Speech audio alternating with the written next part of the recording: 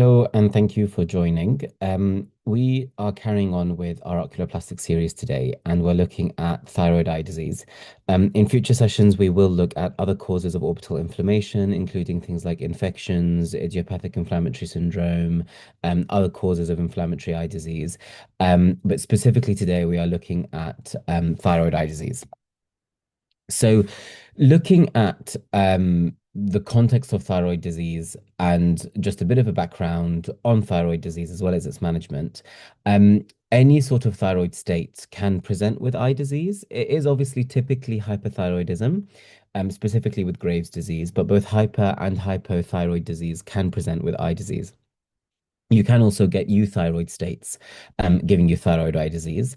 And just as a reminder, with hyperthyroidism and hypothyroidism, you have lots of different systemic signs. So with hyperthyroidism, you typically get the weight loss, the heat intolerance, restlessness, AF.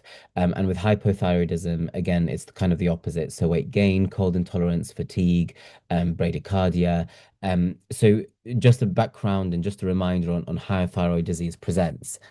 Um, and then specifically on the management, hypothyroidism is typically managed with carbimazole or propylthiouracil in the first instance, radioactive iodine. But the thing to bear in mind with that is that it can actually worsen your thyroid eye disease. And then obviously in the severe states or in cases that are not remitting, you may actually consider either a partial or a total thyroidectomy. And then with hypothyroidism, you're essentially replacing the thyroxine with levothyroxine. Coming to thyroid eye disease, like I said, it's typically in hyperthyroid states and it's particularly seen in Graves. And the sort of understood pathogenesis is that the same antibodies you have floating around affecting your thyroid can actually attach to orbital contents and the orbital muscles.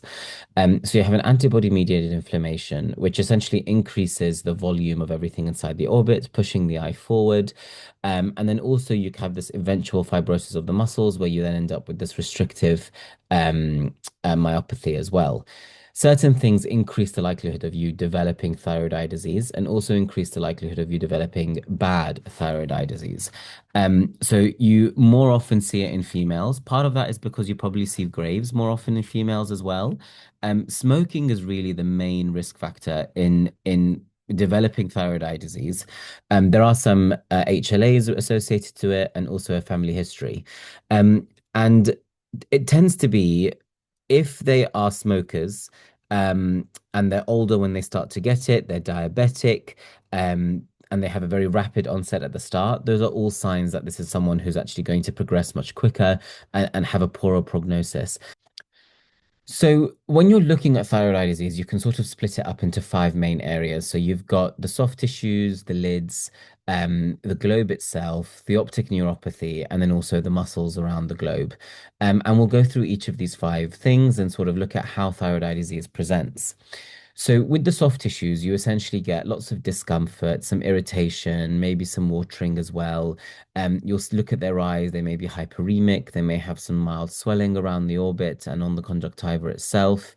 And because of the watering, because of the surface irritation, you may also see some corneal signs with some punctate epithelial erosions, and maybe even potentially with the exposure keratopathy, you may even see some keratitis, so even bacterial in the sort of severe states as well.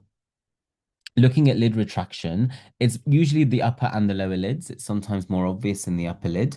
And what's happening is that your levators and your recti are fibrosing and then the lids are being pulled backwards. And patients will usually complain of essentially being told that they look either like they're staring at people, they may have difficulty closing their eyes, they may even have some lagophthalmos when they're actually going to sleep as well. And what you're going to see is scleral show mainly. So you're going to see that superiorly and inferiorly. And what you might be able to see is that on their primary gaze, that lid retraction is really evident. And then you've also got some, lots of signs that are probably more useful to you in an exam setting, but you can see them clinically as well. So, Dalrymple is essentially a lid retraction in primary gaze. Cocker is basically that sort of staring appearance that you have on primary gaze. And then von Graeff is a very good sign because what it essentially shows is that when looking down, you have this sort of delay in the upper lid following the globe downwards. And that's specifically what von Graeff is referring to. The proptosis is usually axial, so the eye comes completely forward. It doesn't sort of go off to a side, as we'll see in other sessions when we're looking at the orbit. It can be unilateral or bilateral, and it can be symmetrical or asymmetrical. The proptosis can be really variable between the eyes and between patients.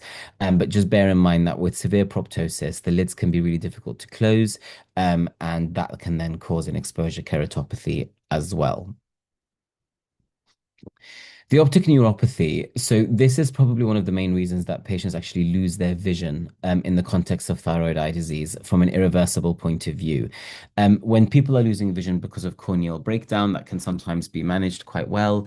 And if the lids are managed and the cornea is managed, sometimes their vision can improve. But with optic neuropathy, this is usually an irreversible loss in damage. And essentially what's happening is because, again, like I said, the orbital contents are increasing in volume. It's very, very tight at the apex. And then you get compression of both the optic nerve and the blood vessels as well. That should say it's blood supply. And so the symptoms, really what patients are going to complain of, it might be reduced acuity. You may be telling the patients to sort of monitor themselves at home by covering the eye every now and again and checking how they're doing. And you may also be asking them to keep an eye on how colors look. And color desaturation tends to be the earliest sign of optic neuropathy in the context of thyroid eye disease. So when you're seeing them in clinic, you'll want to do, some Ishiharas, some red desaturation, look at their visual acuity. Is there an RAPD? Look at the visual fields and actually assess the disc itself. So you're doing a real kind of thorough optic nerve assessment, looking at the four functions of the optic nerve, and then also having a look at it and the optic nerve head and seeing whether or not you can see any swelling or in the kind of chronic setting, you may even actually see some pallor to the disc and some optic atrophy as well. So remember that this is the sign that sometimes people forget because, what the patient will be mostly complaining of is pain and redness to the eyes. And you may be putting down the reduced acuity due to the anterior segment findings, but do remember to assess the optic nerve and decide whether or not what you're looking at is a sight-threatening disease, because all of this is clinically relevant in terms of how you then manage the patient. And we'll go on to that in a moment. So finally, with the restrictive myopathy, you're going to find this very commonly, and up to half of all patients with thyroid eye disease will have an element of restrictive myopathy. It may not be severe, or it may kind of cause quite bad diplopia. And usually the main things that patients will complain about is that double vision, or it might be actual pain when they're moving their eyes because of the restriction around the muscles. You may see that the restriction can happen really in any direction, but most commonly what tends to happen is that the elevation palsy is what you'll come across most commonly, and that's usually because of that sort of fibrotic contracture of the inferior rectus, which can then kind of cause a restriction in up movement, so it can sort of mimic a superior rectus palsy, but it can affect any ocular movement. Like I said, it's just typically it causes an elevation palsy because of that fibrosis of the inferior rectus. Now, the thing that I think it's helpful for patients to understand is that there is a chronology to thyroid eye disease, and there is a reason why certain things are not done earlier on in the management of thyroid eye disease. So you may have come across something called Rundle's curve, which is what you can see here on the right-hand side. And essentially you have an active phase to thyroid eye disease, which can last all the way up to 3 years. Typically, it tends to be within the region of about 6 to 9 months, up to about 18 months. But the active phase of thyroid eye disease can last quite a long time. And in the untreated eye, that tends to be what happens. It goes on for about 1 to 3 years, and then it then sort of coalesces, and it becomes quiescent, and then it stabilizes. And that can then happen, kind of long term. And Rundle's curve essentially suggests that with good treatment, you're sort of reducing the length of the active phase as well as the severity of the disease at the end of it, and therefore how much correction you need to make at the end. And we'll talk about the corrective surgeries that you can offer to these patients once the thyroid eye disease has stabilized. But patients will usually need, your kind of closest attention in the active phase, because it's the active phase that can then progress really quickly and then can cause irreversible vision loss. So as a background, when you're investigating thyroid eye disease, you want to just assess the thyroid function, looking at your TSH, T3, T4. You want to send off an antibody screen, see what sort of type of thyroid eye disease they have. You'll want some imaging to help you out. And then within the clinic, there's the oculoplastic assessment. So I'll talk about the clinical activity score, which is a sort of amalgamation of the signs and symptoms which we've already discussed. You may want to get an orthoptic assessment to assess the restrictive myopathy that we spoke about, and then you want to then ascertain how severe is the disease in front of you, because that then decides what management you're going to offer the patient. So the clinical activity score is really worth knowing pretty much back to back, both clinically and also actually for your exams, both the written and the oral exams for the FRC OPT. So it kind of looks at pain, redness, and swelling. And then there's a bit about impaired function as well in terms of subsequent visits. So at your first visit, you're going to look at three things: pain, redness, and swelling. You're going to look, is there pain of the globe? And is there pain on eye movements? Is there redness of the eyelids, or is there redness of the conjunctiva? And is there swelling of the eyelids, the conjunctiva with some chemosis? Is there swelling of the carbuncle and the plica? And is there proptosis of about 2 millimeters? Now, each of these things will give you a point, and then that gives you essentially a score out of so if you look at the pain of globe, pain on eye movements, eyelids and conjunctival redness, and then eyelids, conjunctival, and carbuncle swelling. That gives you a score out of 7. And anything about of 3 or more is active disease. And then when you're looking at them a subsequent time, if they've developed proptosis of more than 2 millimeters, if they've moved further forward by 2 millimeters within the 1 to 3 months, if they've had a reduction in their eye movements by at least 8 diopters, again in 1 to 3 months in any direction, or has their vision dropped by 1 line in terms of a Snellen chart or a Logmar chart in 1 to 3 months as well. Those three things also add another score. So for your initial visit, a score of 3 or more is active disease. And then for your subsequent visits, if they've gone from 3 to 4, that also suggests active disease. And so you're basically giving a point per thing and then deciding how many points they have in total. And then that gives you a score. So if you look at all of these things, there's 10 things in total. It gives you a score out of 10. But for the initial visit, you only need a score of 3 or more. And then for the subsequent visits, a score of 4 or more tells you that you're looking at active disease. And then the difference between active and inactive is you're asking the question, am I looking at disease that I'm expecting to either get worse, or am I waiting for it to settle down before I then offer the corrective surgeries? Just because something is active does not necessarily mean it's severe. The clinical activity score is used to decide whether or not is the patient in front of you active? Are they still earlier on that Rundle's curve? Am I still telling this patient we need to wait for this to settle down before we offer corrective surgery? The severity of the disease actually decides how you manage the thyroid eye disease. So that's the difference with the severity. So with severity, you're looking, is it mild disease, i.e., is there just a minor impact on daily life, some mild redness, some mild swelling, or is it moderate to severe? And what puts something in the moderate to severe category is lid retraction of at least 2 millimeters, proptosis of at least 3 millimeters, and then diplopia. And then you have those that have sight-threatening disease. So are you seeing signs of optic neuropathy? Do they have impaired color vision, a reduced visual acuity, an RAPD? Do they have an increased pressure of the eye, for example? And then also some corneal breakdown at the front as well. Now, like I said, to reiterate, the activity score tells you whether or not where somebody is on the Rundle's curve. Do they have stable eye disease? Are you expecting it to progress, or has it sort of fizzled out? Or are you looking at active disease? Are you looking at somebody who we still need to try and manage?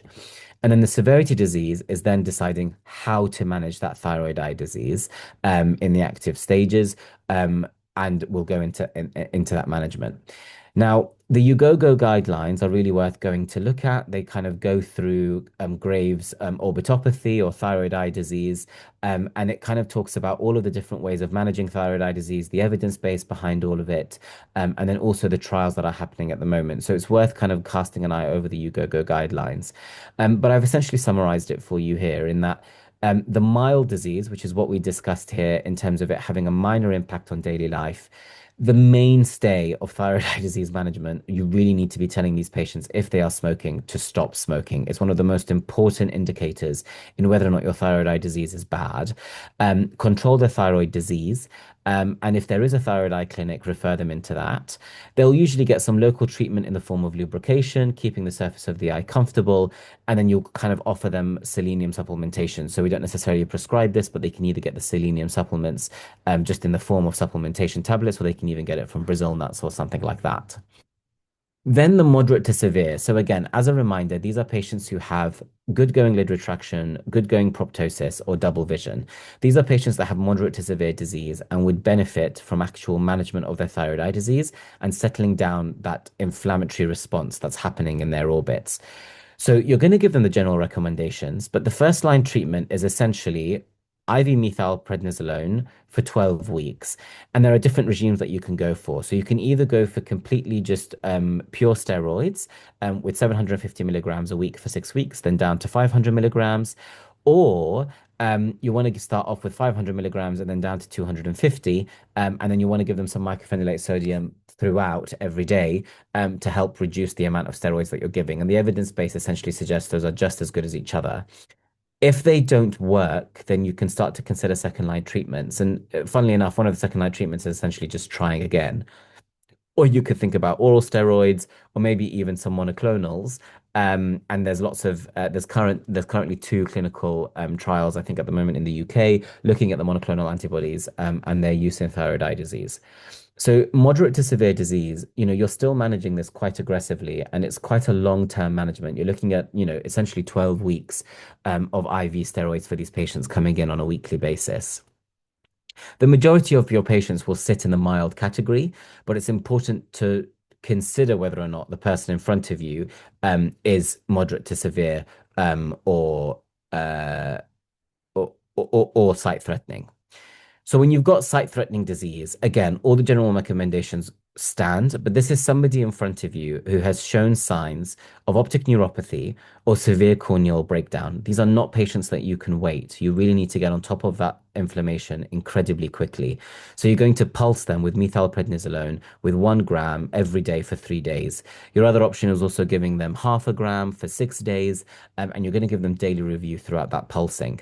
And essentially, if they have a good response and they've settled down from their sight-threatening disease, you can then progress to the weekly treatment that we discussed here. Um, if they have a mild improvement, you essentially try to repeat it. And then if there is only partial improvement after 2 of these cycles, these are patients who really need to progress to urgent decompression. If they have no response after their first cycle, you don't even bother with a second cycle. And again, you go to urgent decompression because these are patients who are at risk of severe irreversible vision loss with the optic neuropathy and the corneal disease. So if a course of IV methylpred does absolutely nothing to your parameters when you're seeing them on a daily basis, they need to then go for urgent decompression. If you're seeing some improvement, try it again until you get a good response. And if you don't get a good response after that second pulsing, then you need to then move on to urgent decompression. And this is all about, there's only so many steroids you can give somebody. You shouldn't be giving them more than 8 grams per cycle because that can then risk liver compromise as well. So severity of disease, the majority, like I said, will sit in the mild category. The moderate to severe and the sight threatening is important not to ignore, and then because they need to go on to this quite intense regime of steroids. So once they become stable, once they've settled down, you're not seeing any more activity, you're essentially telling these patients that we want you to be stable for about 6 to 9 months to be confident that you now have burnt out your thyroid eye disease and you're now going to be stable. And then you sort of reassess and see where you are. You want to see how much proptosis they have. You want to see how much myopathy they have and how much lid retraction they have and how much is impacting the patient. And then you want to then tackle these things in a specific order. So the first thing you want to manage is the proptosis. So you'll decompress the proptosis. You'll then discuss whether or not they need any strabismus, and then you do the lids at the end. And all of this is because the surgery before can impact where everything sits. So once you do the proptosis, once you deal with the proptosis, you can impact how the myopathy is affecting the movement of the eyes. And once you do strabismus surgery, you can also impact where the lid is sitting. So you really want to be doing it in that order. When it comes to managing proptosis, Usually what we will do is just remove the deep lateral wall, and that tends to have a nice um, uh, effect in terms of managing the proptosis. That will give you about 4 to 5 millimeters reduction in the proptosis, and it also gives you the least likelihood of then developing any diplopia as well. But there are surgeries that you can do a bit more if you need further decompression. So you can think about balanced two walls, looking at the medial and the lateral, but there is a significant risk of diplopia there. And you can even go up to three wall and even four wall decompressions. But the more walls you're removing, the more likely you are going to cause problems. Because if, for example, you remove the orbital floor, you can cause hypoglobus. And then again, you have the increased risk of inducing strabismus if they didn't have it to begin with. Then, when you're looking at your restrictive myopathy, the thing to bear in mind, and what you'll find, what your strabologist will tell you, is that when you have a restrictive muscle, when you have a fibrosed muscle, what you're definitely not going to do is you're not going to resect. You're not going to make a muscle that already can't move any stronger. So the problem is always restricted muscles. So you're going to recess as a response to that.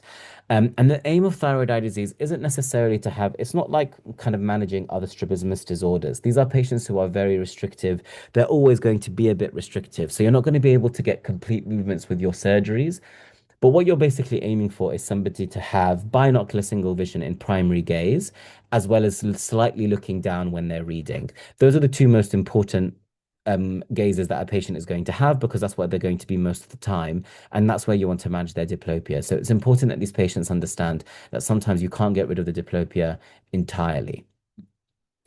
And then finally, you're going to then deal with the lid retraction. Now, sometimes by just doing the first two, the lids then sit where you want them, or over time, the lids tend to fall back down. If you think about somebody developing an involutional ptosis on the background of a lid retraction, eventually their lids can actually sit exactly where you want them to, and you don't need to do anything.